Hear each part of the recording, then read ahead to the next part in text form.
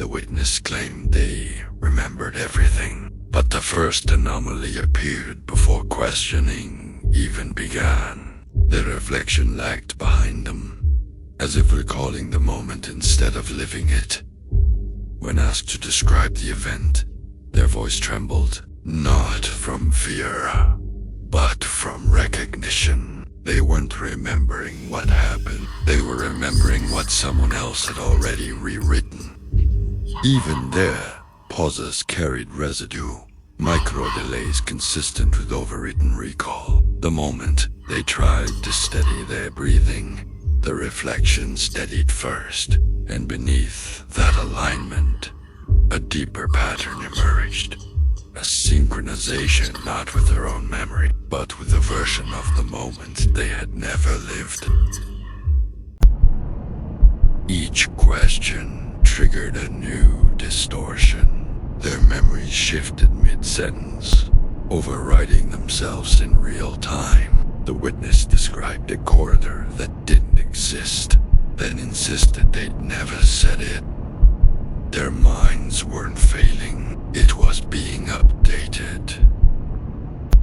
Someone or something was pushing new recollections into place faster than they could resist. By the time their pupils normalized, the override had already advanced. Each corrected detail replaced another that no longer aligned with the system's preferred version, and with every correction, the original sequence degraded, not erased, but buried beneath the architecture of a memory they were being taught to believe. When the final overwrite was completed, the witness exhaled as if waking from a dream. Their reflection aligned perfectly again, but the person in the chair was no longer the one who walked in. They remembered everything with perfect clarity.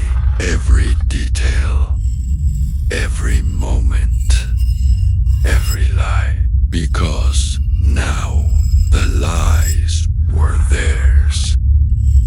The transition completed without resistance. Every prior contradiction dissolved, leaving only the curated sequence.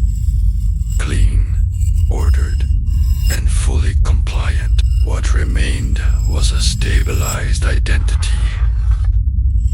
A construct assembled from selected fragments, optimized for consistency rather than truth.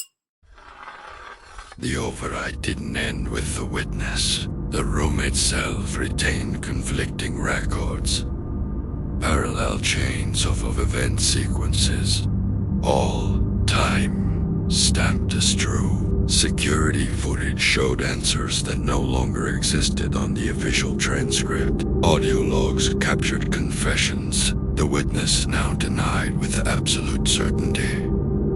The system flagged it as a data integrity error, but this wasn't corruption. It was a selection. Something had chosen which version of reality would be remembered, and quietly discarded the rest. The discarded timelines lingered only in the equipment's residual memory. The witness, however, retained none of them, only the version that had been selected for them. And as the system stabilized, even the residual traces began to fade, leaving a single authoritative narrative and no evidence that any alternative had ever existed.